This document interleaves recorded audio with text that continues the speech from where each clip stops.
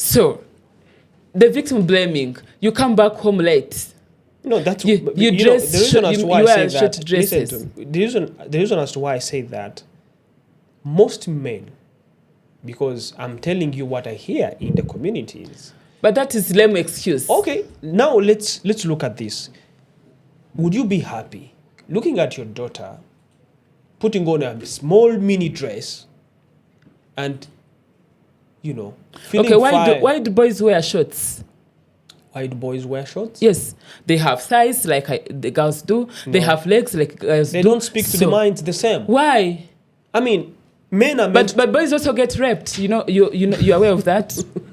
They get sexual abuse. You're aware of that. Yes, they do. So, but what I'm trying to say here, I want us to be really honest to ourselves. There's nothing like honesty. You do not have to rape or defile someone's daughter because you found them wearing a mini dress. Actually, raping, I'm not agreeing to raping or something. But even defilement. The way you dress, yes, it pulls or influences someone to not rape you or defile you, but pursue you. That's the way I think about it. Why would you be happy to dress like that? Because maybe I'm not going to rape you, but at the end, I might pursue you until when I find it's impossible and then land into the bad mission. Act. That's why you need to be punished for that. That's a mission. You have to organize your mind. Now let me ask you, aren't there Muslim girls that are defiled? Okay, just to start with. Because they dress up their toes. Aren't they there? Perhaps they're there. So it's not about how you dress. But it's not part of it. No. So you mean it holds nothing? It holds no... That has nothing to do with that. Hello there. Good afternoon. And thank you so much for joining us at the Voices podcast. My name is Arafat. Today we have a special guest in the studio. Today we are joined by Dr. Olivia Kabatesi, who is the founder and country director of Empower Rwanda. Good afternoon, Dr. Olivia. Good afternoon to you. How are you? Pretty good. You doing well? Yeah. It's an honor to have you today on our podcast. And we know you're doing a lot of work out there with your organization. And we would love to know much about that. But before we go into can we tell people who is Dr. Olivia Kabatesi? Because you might be wearing many hats that a few can see, but for you can tell about that. Yeah, thank you so much, Alfred, to have me around. It's a pleasure to discuss with you anything in regards to what we do and what actually our inspirations are. Like you said, my name is Olivia Promise Kabatesi. I am a mother of 4.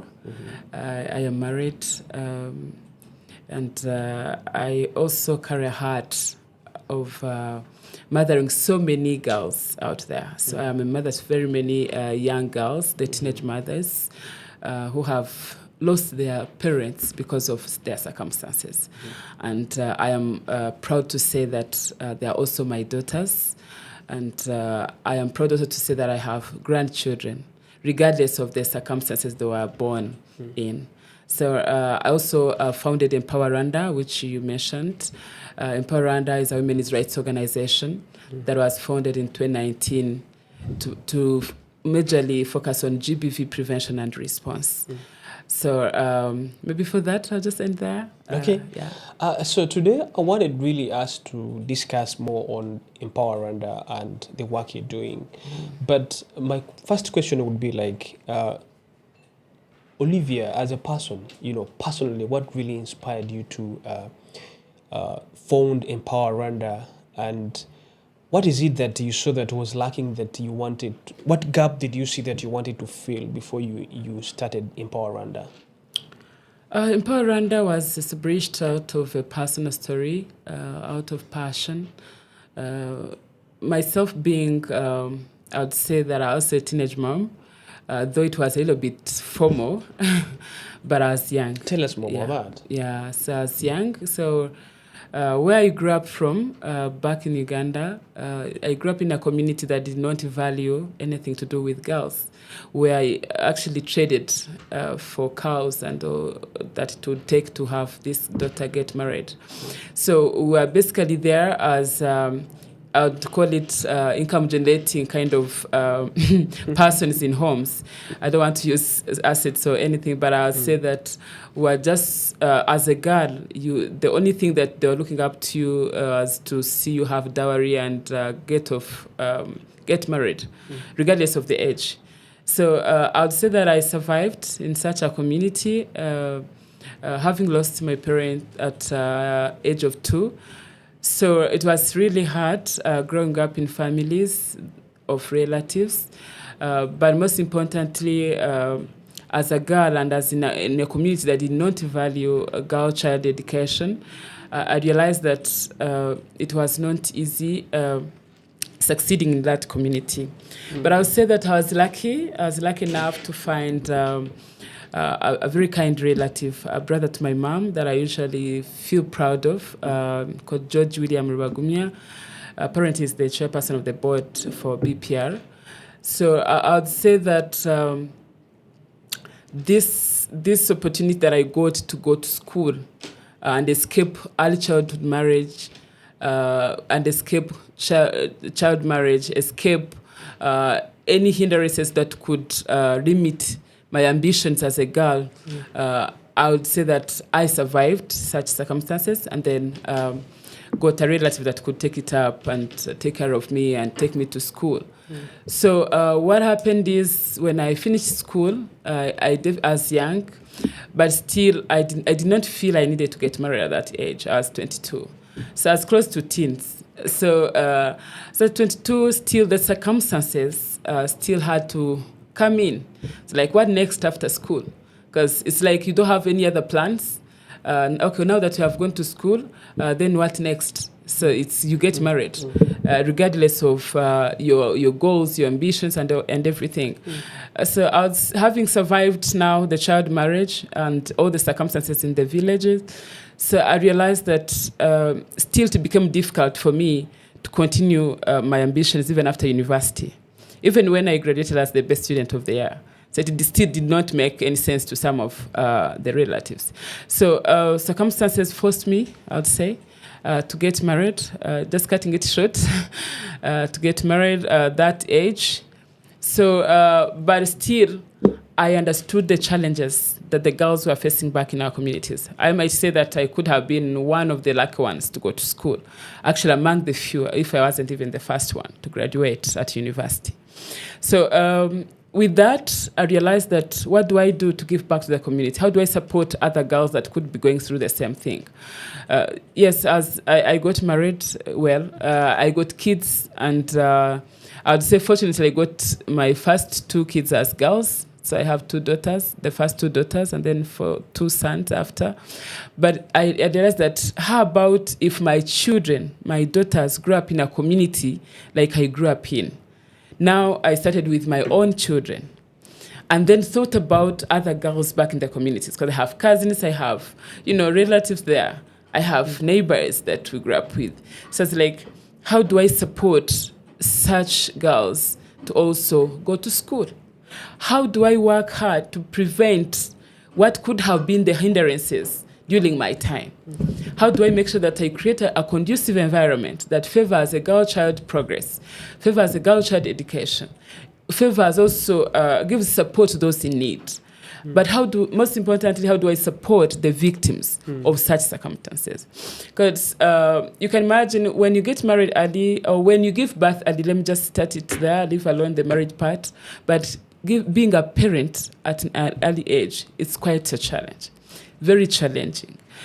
Even myself, who officially got married and they got their cows and everything, so it was blessed. But still, it's a challenge, because when you give birth, you're personally going to raise these kids. That whole community, that whole family will not be there to support you. So you're going to break emotionally, you're going to break financially, you're going to break socially. So you basically have this kind of compounded kind of challenges. So you face the realities alone, in other words, regardless of the big parties they throw to make sure that you go off their family. So I continue to work hard.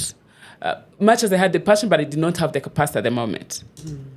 I did not even have the skills because I wanted to do something passionately, but also professionally. So I continued working. I went even up to the UN. I was working with UNDP, later on ILO. But while there in 2019, I said, no, I think I'm not doing what I love. I'm not doing what I feel passionate about. And I'm also not doing justice to either my daughters or my cousins or even the relatives or even neighbors back in our communities. So I say now, I sat down, I was like, now my vision is to support girl child education, but also uproot anything that could hinder their progress, of course within my means. Then I was like, how about those that get affected? Those who are victims of such circumstances. Who cares about them? Where do they go? Because even when at my age, at this age, even if when I have a challenge, say with my man or my husband, I even fear to tell people about it because I fear to be judged. So how about a young child who has been defiled or a young girl who has been raped? Who does she talk to? Because the victim blaming is its highest. It's at its highest in most of the communities. So I said, now, I think I should be this person they talk to because I understand what it is meant. I understand the pain they go through, parenting at an early age. So I said, now, let me start Empower Rwanda. And the name Empower Rwanda is also derived from that kind of vision because I want to empower them, give them the capacities to face whatever comes their way independently, without relying on anyone that might end up abusing them in return. So what I did from the Empower Rwanda, of course, Rwanda is Rwanda, but also when they say when you empower a woman, you have empowered the nation, so the name Empower Rwanda. Then I started Empower Rwanda in 2019. I said, let me do my best. Use the skills that I've gained from working with all these entities, government entities, UN agencies, but also use the passion, most importantly, and personal experience. Because they don't have to tell me a lot. I already know it. I can see your face and I can tell what you go through. And I know how to handle that because I've been there as a young mother, quite challenging. So what I did was that fight gender-based violence, but also support the victims. I know very many organizations are doing it. I appreciate our government that are putting policies, laws, and everything that protects women. But also I want to add in that more efforts is needed in response. So how about those that get affected? How about the victims? How about their visions? How about their ambitions? How about their goals? How about their academic life? Because most of these girls are primary school dropouts, early secondary dropouts, but now giving birth becomes like the end of them. So why I exist as Olivia and Empower Rwanda is make sure that these girls still have a life to live after that, regardless. It's like tell them there's life after death. I would call it there's life after death, like preachers preach. Because they have literally died emotionally. They have died. They have lost self-esteem. They have been victimized. They have been blamed for being defiled, by the way. So, and they are young parents with no capacity to parent the children they give birth to. They have been evicted from their homes. They have been denied by those that are supposed to support them. They are parenting children when they're also supposed to be parented. They have lost hope. They have lost love. So they are basically surviving on their own, and they are continuously abused by those who claim to be supportive. So that's why Empower Rwanda exists there. Now, that would be the worst. The worst. So, the victim blaming, you come back home late. No, that's you dress. The reason as to why I say that. Dresses. The reason as to why I say that, most men, because I'm telling you what I hear in the communities. But that is lame excuse. Okay, now let's look at this. Would you be happy looking at your daughter putting on a small mini dress and, feeling Okay, fine. why do boys wear shorts? Why do boys wear shorts? Yes, they have thighs like the girls do. They have legs like girls They do. don't speak to the minds the same. Why? I mean, men are meant... But boys also get raped. You're aware of that? They get sexual abuse. You're aware of that? Yes, they do. So, but what I'm trying to say here, I want us to be really honest to ourselves. there's nothing like honesty. You do not have to rape or defile someone's daughter because you found them wearing a mini dress. Actually, raping, I'm not agreeing to raping or something. But even defilement. The way you dress, yes, it pulls or influences someone to not rape you or defile you, but pursue you. That's the way I think about it. Why would you be happy to dress like that? Because maybe I'm not going to rape you, but at the end, I might pursue you until when I find it's impossible and then land into the bad act. That's why you need to be punished for that. That's a mission. You have to organize your mind. Now let me ask you, aren't there Muslim girls that are defiled? Okay, just to start with. Because they dress up their toes. Aren't they there? Perhaps they're there. So it's not about how you dress. But it's not part of it. No. So you mean it holds nothing? It holds no... That has nothing to do with that. As a man, you need to control your ego. You need to control your lust. Mm-hmm. You need to see this child as a child, for instance. A 13-year-old, a 12-year-old, a 10-year-old. You're 40 years old, 30-something years. Why would a 10-year-old wear a mini skirt? I mean, why wouldn't she wear that? She can even wear a short. For what? She can wear a short. Why not? I mean, for me, I'm sorry, I don't understand why. So we should dress our daughters in mushanana. They should wear traditional wears to make sure that, they are covered fully, so that we protect them from men who have this high lust for naked girls. Maybe I'm taking it in a way you don't like to hear. But I'm telling the truth. But the thing is... But the girls have the right to dress how they want. I agree with the right. But still, I don't see the reason to wear miniskirts of 12 That should not be an excuse to defile someone's daughter. I'm not saying anyone should defile. Yeah. I'm not accepting that. But I'm saying even the way you dress, it might really pull the influence. It might influence someone to pursue you, not to defile or rape you. Because it starts from there. It starts from interest and then goes to the bad acts. Because let me ask. Me, I would not advise my child. I would not advise my 12 or 15-year-old to wear a miniskirt. That is personal. Mm-hmm. I think we should make this. I agree. Yes. Let me tell you. Just imagine if it was your own child, and a man sees him dressed or wearing a short, a 10-year-old daughter, and then he defiles or sexually abuses her. And then he tells you, because she was wearing a shirt, okay, how would you feel? You'd say it is okay, it's my own making. No, I wouldn't say that. Would you blame your daughter for that? First of all, I would before blame we myself. approach these things, I would blame myself. Just make it personal. Just make it personal. Like I said, when I gave birth to daughters, I said I had better wake up and create a conducive environment for every girl to thrive. Child abuse or defilement is something that you cannot have any justification for that. There is no justification for that. I think you have answered yourself. I agree with that. You have answered 100%. yourself. 100%. Yeah. There is nothing, to me, there is nothing on this planet Earth that justifies abusing a child. I don't see it. But I'm saying, as you say that parents, we should own some of the roles that might lead into that. I don't see any reason as to why I should advise my child to attract the perpetrators. It's not attraction. In the communities, we have such people who have less brains, who don't have brains. That's why the law has to help them. What do you gain? What do you gain if someone is imprisoned for 20 years but has totally messed up the life of your child? What do you gain? I have no interest in that.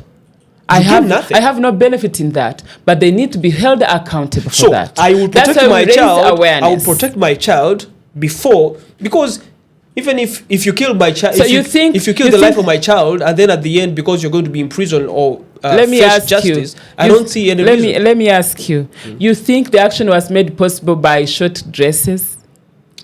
I'm not saying that could have been the facilitating factor. I'm not saying it's the leading factor, but it's part of the factors. That's what I'm saying. And I asked, if you don't agree on that, no, let's move forward. We shall move forward. But let me ask you: Okay. aren't there Muslim girl children that have been sexually abused? They are there.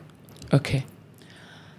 And you think it's But the because of how condition they're dressed? might differ. The condition at which one So gets I wanted to be to defined show you. differ. I wanted to show you that it's not about how you dress. It's about what is in this guy's mind. 100%. It's about the irresponsibility of this perpetrator. But also it can be an intentional kind of act. Some men are just intentional in what they're doing.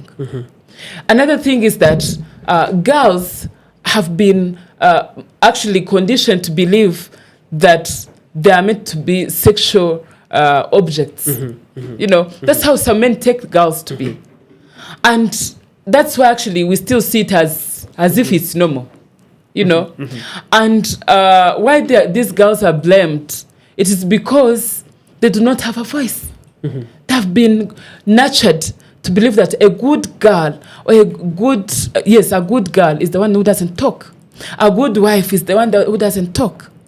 And so their feelings have been suppressed right from childhood, even nurturing them. That's why we are raising our awareness on positive parenting, making sure that gender equality is taught from childhood.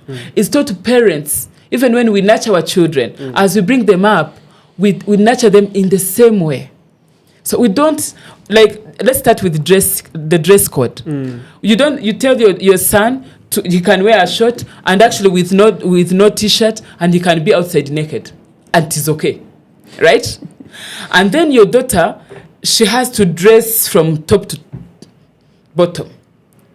This is what we tell our children, and this is why when that's why you have even the courage to say that I can see a naked girl and she attracts me, and it can be a cause for me to sexually abuse her. It's because we are brought up that way. You know, you tell a girl dress like this, and the boy, it's okay, you can dress anyhow. You have to sit like this. You have to come home early. A boy, it's okay, you can come anytime. But these are boys that end up rapists. Because a bad boy will become a bad man eventually. Just like a bad girl will become a bad wife. So this is why we need to nurture children in the same way. If you believe that being naked or being half naked is not proper, then tell it to all your children. It shouldn't be girls only. I'm talking to parents. I'll say it frankly. Yes. You let your child be there naked. No. And the girl child has to be covered. What I'm saying bottom. is, if I am to tell my children the way they dress, I think you're right. They should dress the same way, not half naked, but at a bigger percentage. My daughter should be a big concern. That's what I'm telling you frankly. That's me. The boy, I cannot be happy seeing my boy not putting on a shirt, just moving around. I would not be happy. I would ask him many questions. Why? What is he showing? But also, I would not be happy seeing my daughter showing half of her breasts to men. But why to men? She's in a community that has everyone else present. Why do you think I dress to impress men in the first place? That's where the problem is. Tell me about that. Yes, why do you think I dress to impress men? I dress to feel comfortable myself. Why are you dodging the reality? I'm not dodging any reality. I'm not. The fact that you think girls or women dress to impress men, that's where the problem is. Correct me. We don't dress for men. We don't dress for men. I dress to look good. So and showing to feel good. Showing half of your thighs, half of your breasts. But there's also body autonomy. This is my body. Anything that happens to it, I must consent. Yes, this is my body. And by the way, we dress to look good, to feel good. Not to show anyone that we are here. Hey, yes, we're here dressed. No. When I wake up in the morning, go to my closet to choose the attire to dress for the day, I am not thinking about men that will see me outside. But you're thinking of how you will look outside. Yes, myself. How you look outside. The self-esteem. Do you see yourself when you dress? Yes, I see myself, No, definitely. I even turn around. I even make sure I am smart. But other people still see you. I don't care how you see me. Okay. Yes, I don't. I like that. Yeah, I don't care how you see me for as long as my self-esteem is at its highest. But do we agree together that it's not right? But before we go to agreeing to anything, I want you to understand that women and girls do not dress to impress men. They dress to impress themselves. Yes. We don't dress for men. We dress for ourselves. And lastly, on that point, I think you dress for the public also. Leave alone men. Don't bring only men. See who was actually saying? I said, why do you think it is men in a community that has women and men? No. Maybe I made a mistake on that by saying it's good only that you men. corrected it. By saying only men. But I'm saying when you dress, you're dressing for the community, for where you're going, for the event you're attending, for the public that is going to see you out because you don't want to look shabby. We don't dress for public validation. We don't. I think this has to be clear. Okay. Well, let me tell you. If I am going for a party, I choose what to wear, not what the public, what the people I found, I probably will find at the party will like. You get? I don't choose an attire for function. Just make sure that maybe when I get validated. No. When I'm coming to this podcast, I did not choose this dress, for instance, to make sure that it has flowers. Maybe those men will like it. No. I felt, this is what I want for this show. So I dress according to the event. That's what I mean. Are you happy? And it's personal. Are you happy seeing your child dressed half naked to all parts of the body? I mean, this is her body. So it's okay. What I can do, but I have what I like and they have what they like. I made like long dresses and they don't like long dresses and maybe they like pants. I personally don't like pants. I'll give you an example. I don't like trousers. Not because someone told me, no, you don't look good in them. I, by the way, can even look better in them, but I don't like them. But if I don't like them and my child likes them, I shouldn't say, no, you shouldn't wear trousers because I don't like them. If probably they like short dresses or they like to wear shorts, I say, no, because personally I don't wear shorts, my child shouldn't wear shorts. But I can only guide them. That's what they call parenting. I can only guide them. So as a parent, there are those that I think are not right. There are those I think that are correct. That's why I give them information. That's why I have sexual and reproductive health information being taught. Even part of our program, by the way, is that we even teach parents about sexual and reproductive health. Because we assume they know, but they don't. And yet they are primary custodians of this information as they raise their children. So I tell you A, B, C, D. I tell you how I was brought up. I've given just a brief background of myself. So how I was brought up is not the same way I'm going to bring up this child. We're in different generations. So you let her decide. So I give you the information. I give you all it takes, and you decide what suits you. But what I can't relate is someone abusing my child because they look the way they look. Because this girl has consent. There's something called consent, which men should know. You will not tolerate it, but it had happened. It will happen because of their acts. No. And you will not tolerate because they will face the justice. Yes, I agree. But still, the consequence will have happened. But let me ask you. And you see the one of the causes why the numbers are shooting? That mindset. I think the victim blaming part. That's why the numbers are shooting. No. Because we are looking at how parents can really tap into this. So for you as a parent, if you can talk like that, and if a parent ever had you listen to this or watch this podcast, You think they're not going to say, okay, we are blamed for nothing. It is Abana Batunani. These kids that have failed us. So you're basically blaming this child. That's why the numbers are shooting. That kind of mindset. A girl's body is her body. By the way, when I say that you dressed bad, they must consent. I might be blaming you, but I'm blaming the parent because the parent would have seen that. Before you put on that, why can't a parent guide you like you said about guiding? Why can't a parent guide you on how to, okay, who knows the how? What is the standard how? Okay, what's the standard how? The standard dress code. Don't show your private parts to people. Mm-hmm.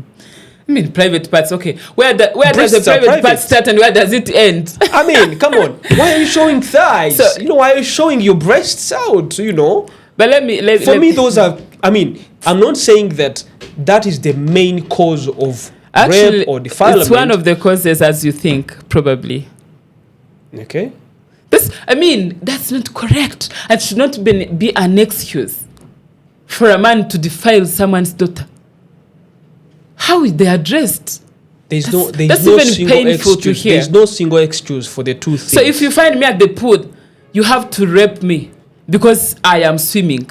But the reality... But haven't we seen even parents who actually, some guardians, I told you I was raised by my uncle, but I've seen some uncles defile their nieces while they're taking care of them in their homes. The vulnerability that girls face. Horrible. It's not about how I dress. Why don't you see me as your own daughter? Why don't you see me as a child? That is where it ends. Because if you have the capacity, if God gave you the capacity to raise someone, or if you have capacity more than my parents, and you have agreed to support them, raise me, why do you abuse me? Right. If you have seen some girls, actually because they live far away from schools, their parents take them to their friends who live close to schools. What we call guchumbichira. So you tell these parents, these friends of yours, please take care of my baby because the distance is too long. She can't walk from work, from home to school. So you end up abusing her because you offered shelter. Some men are just monsters. I'm sorry to mention. But you cannot see this. You also have your own children. I said, in order to address this, every parent, every man, every woman need to see this from a personal perspective. You have a child. Just imagine if it was your own child. From this conversation, I can see, actually, a lot of work is on the side of the male. You need to see. Let me tell you, I have a 15-year-old daughter, my firstborn. But if she's taller than me, for your information. So if a man sees her as now a mature girl, because she's grown 22. Up, she's 17. No, she's 20. But why don't you look at this girl as a child in the first place? And also look at her thinking capacity. Why don't you also look at, if you tell her, yes, you tell this girl, okay, let's go out. Let me take you for swimming. This is a child. She wants to go have fun. She won't refuse. And you know how kids don't even like staying home. If you offer, anything taking them out of home, they're now in summer holidays. They'll say, let's go out, let's go swimming. And for you, you're targeting this girl she's this tall. You start viewing her from that angle of, I hear she's naked. I don't want to imagine that because it's just raising my pressure. I see. Yeah. Your pressure is high. It's high. Because a man giving that kind of excuse is not only disheartening, but it's also just unfortunate for men to think like that. For men out there who think that we parents, like I've told you, that allowing them to treat themselves the way you just mentioned, like you let them dress what they want, you just guide them, but you let them do what they want, what would you tell them? Such men. But you see, it's just like any advisory work. Parents are advisors. Parents are advisors. You advise your child. Of course, depending on where you come from. I also have to be clear about this. We were raised from different backgrounds. Where you grew up from may not be the same where you grew up from. We have also to understand the background differences. But of course, I'll give what I have, what I was given growing up. How my mother nurtured me is most likely going to affect how I nurture my children. Because you give what you have. Sure. You teach what you have been taught. But we are totally different generations. We are totally coming from different schools of thought. But I'll tell you what I think is right. But I will not dictate because it can't be sustainable.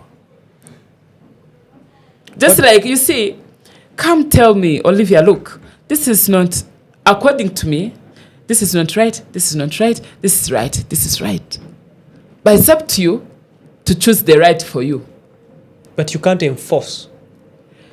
That is, you see, as a parent, nowadays, leave alone when we are raised with canes and everything, you not beat your child to be who they want, to tell them, no, don't be this, but you can guide them and nurture them the way you want. Remember, these are children. Their mind is still low, so they can be taught anything. Their minds is still low, yes, that they will be driven by the peers and what they see on social media everywhere. If you say you just want to guide, that's why I say you need to enforce. That's why I said we guide them. Guiding and enforcing something, they are two things different. If you guide social media is killing so many young people. They see what they see in the US is what they want to replicate here. But I mean, and if you say that I'm going to guide my child, dressing like this is this, and you just let them decide. They're going to decide with their opinions from Kim Kardashian, from other people. But also we are role models to our children.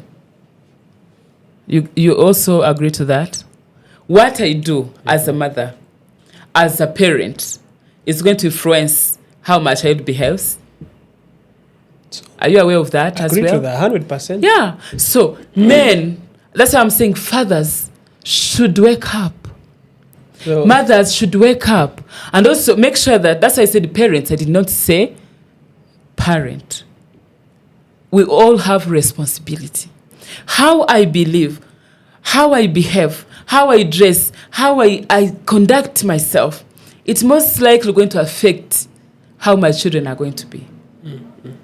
Because if my child grew up in a family that they dress like I dress, like this long dress I dress, maybe they're going to think it's a lifestyle. It's the best way. But if they come back to you asking, but mom, why do you dress like that? I just explain. Don't say, I dress up like this because I don't like men to get attracted to me. But am I dressing for men in the first place? If you teach your children to dress to impress others, you're actually ruining their independence. You're also ruining their, I would say that their confidence, their self-esteem, because everything they're doing it for someone else. You get? What would be the answer for a child who asks you that question? The question you just said that, Mommy, why are you putting on a long dress? It's what I like. And I feel decent in this way. If she says that, Mommy, I like to put on a very next to nakedness dress, what would you say? I will ask why. It's what she likes. If she says it's what she likes, you say, okay, I'll keep say going, yes. go on. Yes. Now I get it. Yeah. Okay. Because I am not going to force her to dress the way I dress. But I can tell her the good part of me dressing the way I dress. Like maybe I'll say, I feel like... What is the good in dressing a long dress and what is good in like dressing I said, a short dress? it's a personal choice. Okay. It's personal choice. Like I said, I don't like pants. What's wrong with pants? Nothing. Okay. But where you grew up from, pants were not allowed. Actually, we were not allowed to dress. Pants were for boys and dresses were for girls. Unlike today. Girls and women wear pants. Is that part is of that why bad? You don't? Is that part of why you don't? It probably influenced me. Okay. Yeah, I see. it probably influenced me, but I personally don't. But no one told me don't dress them. I can now dress them. I am no longer under anyone's responsibility. But I feel I don't like them. But it's not. I'm not saying that pants are bad. So that's why I'm saying that children they need to get information. They need to be guided, but they also need to be told to have that kind of self-confidence, to make personal decisions based on what is right for them. But also, they need to be taught that they don't dress to impress anyone. They're not dressed to be validated. Because if we tell them like that, but if they got, for instance, if you tell her, okay, you have to dress like this, fully long dress, because so that men see you good, they don't rape you or defile you. And tomorrow she gets married, because she's going to think that everything she does is for a man to get happy or not. And if she gets married, and she gets married to this man who says, no, you should wear shorts. Me, I prefer mini dresses. And there are men who like that. Yes, our husbands like different things. Definitely. So what will happen to this girl?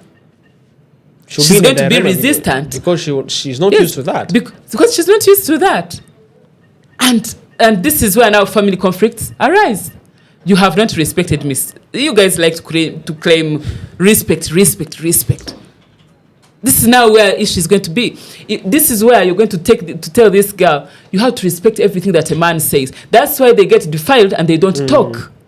Because you see where another issue is? There's that issue of being told that what a man says, you don't have to question. You see, even when we are getting married, let me just give a personal example. Like, you're getting married. One thing your aunties will tell you, or your mom, like, you have to respect your husband. It's okay, I'll respect him. When he speaks, you don't respond. When he speaks, don't respond. If he wants this, provide. If he's this, be this. It's as if you're actually prepared for endurance, not for love. What's bad in that? It's very bad. We are in this as partners. We must both feel loved, feel valued, respected, and everyone's choice decision must matter. But what if you do that, but he replicates it still? You can respect him, but he will respect you, and what the aunties told you, if you can do what the aunties told you. Does it have to start with me?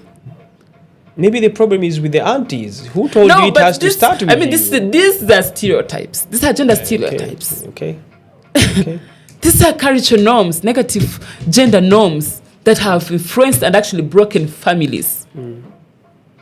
Boys are prepared, actually for them, they are prepared to be commanders. Commander-in-chief of everything. And girls are prepared to be recipients. Of the command. And girls are actually prepared to actually suppress their emotions, to suppress their values. So because that happens, it's now why we don't value it when they say we are being defiled. That's why we blame them. As we head to because you blame this girl because you see, you didn't dress well. If a man, actually, even today, let's go back to families, to married couples. A man abuses a wife, and they say, but this way you aren't submissive enough. How do you go home at 8?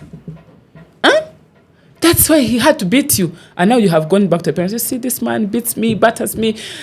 Yesterday, like I came up from work late or from a friend's party late, and he had to beat me. I was like, hey, you mean a man can get home before you get there?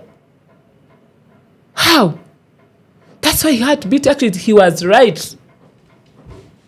You should not get home after a man has gotten there. You should not go home at 8. I will not ask. But a man can even come at 4 in the morning and he's fine. This is where the issue is. Is it right for a woman to come home late in the morning? Why not? Okay. If what she was doing ended that time, a woman has also right to go meet friends Like you say, I'm going to meet my friends. She has a right to go to a party. I mean, I'm looking at events that probably take long. I mean, but I have seen also girls or women who go for night shifts in their respective jobs. No, if they come back home late. If you're at work, it's justifiable. So it's work because I'm bringing some income at home. When it's personal pressure, it's not a point. Of course, I have to respect what you're doing. I have to respect your job. Yeah. But if you just leave home and go have drinks with your friends and come late in the morning, and I'm already at home, seriously, even the Bible says it. Even the Bible says it. You have to be submissive. Yeah. But of course, that does not take away the fact that we have to respect each other. But let me ask you. Okay, but a man can. Okay, can a man do that? Can do what? Can go out, okay, have drinks, whatever you call drinks, and come back at 4 in the morning, and it's okay. The wife is at home. It is not okay. It is not okay. I think let's agree to the standard. It is not okay, but it is more than not okay to a woman. No, there's nothing like more. We are all equals. Okay. We are all equals. Like that. And we are in a partnership. Marriage is a partnership. We are partners. That's why we call each other partners. Every partner has the same value as the other. Every partner has the responsibility as the other. Take care of the home, take care of the children, take care of each other. I am not your mother that I came to nurture you. I am not a house helper that has to do a full-time job at home. We are partners. And that's why we both went to school. We also have jobs. Do you believe in the Bible? Yes, I do. What does it say about that? Bible, I would not have to talk about the Bible because I'm not preaching at this point. But the Bible has also failed us at some point. Okay. Let me tell you, even the Bible, when they were counting people back then, they never counted women. That's where inequality started from. That's why in churches, we actually, by the way, even have sessions with church leaders. That's why, for instance, if we're in the choir and a boy and a girl, when a boy impregnates a girl is chased out of that church. Even out of the choir. But the boy stays. And the boy stays. That inequality. I think that's not fair. For me too. But the Bible says that's not a man fair. is a man. So they call that sexual abuse. It's not blamed on a man. Probably the girl somehow attracted him. That's the Bible. Yes, because a girl is supposed to be humble, is supposed to be backdoors. You're not supposed to show up. You're supposed to not wear something tight. You're basically supposed. So, by the way, if I wear a wrong dress, but it is tight, showing my whole body, like it's on the body. But that's also bad. For God's sake, why would you wear a tight, showing body to your... Why should it be? This is what I want. This is my body. It's not your body. You're enjoying your body. Yes. Yes. I see. So that kind of inequality, even derived from the religious component, has failed us. But things change, things evolve. As we conclude our podcast today, there's one question. If you would make an appeal directly to policy makers today, what would it be that you think you would appeal to them? But before making an appeal, I want to appreciate them. I want to appreciate that laws have actually been put in place that are promoting gender equality, and all that we have been talking about is likely to change. Yes, it is still a challenge now because every change is resisted. Every change is gradual. So I know probably a generation after us or a generation after the next will live a better place. Because the laws that have been put in place promote everyone's rights. Both women and men, girls and boys. I would also want to appreciate that they have passed the law on access to contraceptives. This is something that I want to appreciate. I want us to talk about that on another episode, and I want us to really stress that. But is there an appeal that you wanted to stress out? Yes, I wanted to stress out that let's focus on victims as well. Yes, we have done a lot in prevention. We have done a lot in prevention. Those laws that's why I was actually mentioning about the laws. Those laws are actually, most of them are on prevention. How do we prevent? How do we promote rights of women and girls? How do we prevent them from abuse? How do we help them to get access to services that support them? But again, how about victims? I'm looking at the victims of gender-based violence. This is why I want to make it loud for everyone responsible, especially girls, the teenage mothers. Support them to go back to school. Yes, there are government schools there that are actually conducive for every child. They are not just out of those schools, but let's create environment for them that is conducive. I think starting with teachers, starting with administrators of schools, there has to be mindset shift. There has to be a mindset shift about these girls. They shouldn't be bullied. They shouldn't be blamed. They shouldn't be called women. They are still children. They are still girls, regardless. Also, can we have ECDs in schools? Like we have a girl room. ECD in full? Early Childhood Development Center. Like we have girl rooms in schools. There was an advocate for this, and I'm appreciative of government and the school owners that they'll put that room where they have a space for girls who are in their menstrual periods, can go rest, change their pads and everything. But also, can we have rooms that could support these young mothers to come back to school and have their children catered for while they are being taught? Dr. Olivia. Another thing that I want to mention is that let's have government also reach out to parents who have intentionally refused to take back their children, who have chased away their children. Let these parents be held accountable. Because you give birth to this child, she never called you to give birth to them. You should bear the responsibility to take care of them. Even after such tragedies. Even after, this is a time they need you most. I'm appealing to government entities that enforce these laws. Child protection law. Every child must enjoy their rights, regardless of what happens to them. And parents who do not carry out their responsibilities effectively should be held accountable. They shouldn't chase these children out of homes, which exposes them to more abuse. And also, I want to appeal to religious leaders, churches. This is a time that a child needs you most. Because it's at a time of emotional breakdown that I need a pastor to talk to.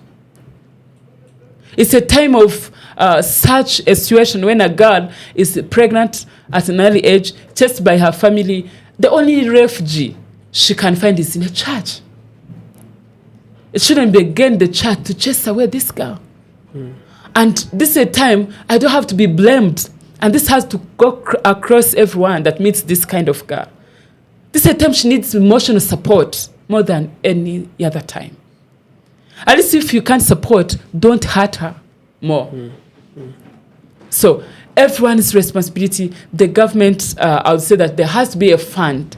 There should be a fund to support these girls. Because the parent will say, yes, this is an extra kind of cost. There's a baby coming in. I already have 10 children. And now these grandchildren also need to be supported, and they don't have the capacity. So the government and its partners like us, like Empower Rwanda, should put in place resources to support such victims and their babies. I think this is where we are going to be able to have these girls go back to school. And also to mention that teenage mothers are not only meant for TVET courses. They're not only meant for that. They still have ambition. They have academic goals. They are potential leaders of tomorrow. They should go back to school to form education, graduate, live their dreams like every other child. Lastly, perpetrators should be held accountable. The punishment is not enough, as you can see. The punishments are actually enough. The laws are very clear on punishments, but the reporting is still low. Let every neighbor be an eye for their neighbor's child. Who is highly to blame for failure to report? First is parents, because they're not supporting their children to report. Okay. Because as a young child who also believes that I'm going to be blamed for what happened to me, I'll keep quiet. I'm even fearing to tell my parents when I've just been raped or been defiled, because my parents are going to blame me for that. They will not be supportive. So they keep quiet. So eventually, the perpetrator is not reported. So even those that have been reported, the parents have, some parents, I'll say, let me use some because not all. Some parents have been protective of perpetrators. Even when they are called to support and give evidence, or even say anything, at least take your child to RIB.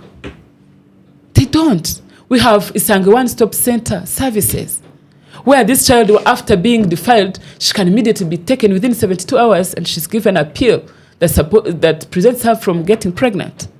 But this is a primary responsibility of a parent. But these parents don't. Even children fear to tell them because they're abusive. They're also going to blame them for what happened to them. So parents are to blame for the increased high rates of pregnancy. Yes, like a big percentage. Again, also neighbors who know these perpetrators but they harbor them. We have seen also some leaders whose children defile the parents, other neighbors' children. But because she's a leader or he's a leader, he can deal with it. So I am appealing to government and its entities and all the partners that perpetrators should be held accountable, should support these young girls to report. They should get justice. I appreciate the government has the GBV offenders registry in prosecution. It should be decentralized. For those who have been found guilty of this offense, should be taken back to their communities, like banks do. We see banks hanging names of defaulters, what we call BHEM. So you know that in your community, this one, I can't lend them my money. Okay. Because they're defaulters, yes. So let's have that list of GBV offenders decentralized at community level. Hanged in the communities. So that such a man in this home, it's a no-go area. At least men they'll fear that, because you love that kind of respect. You love to be praised.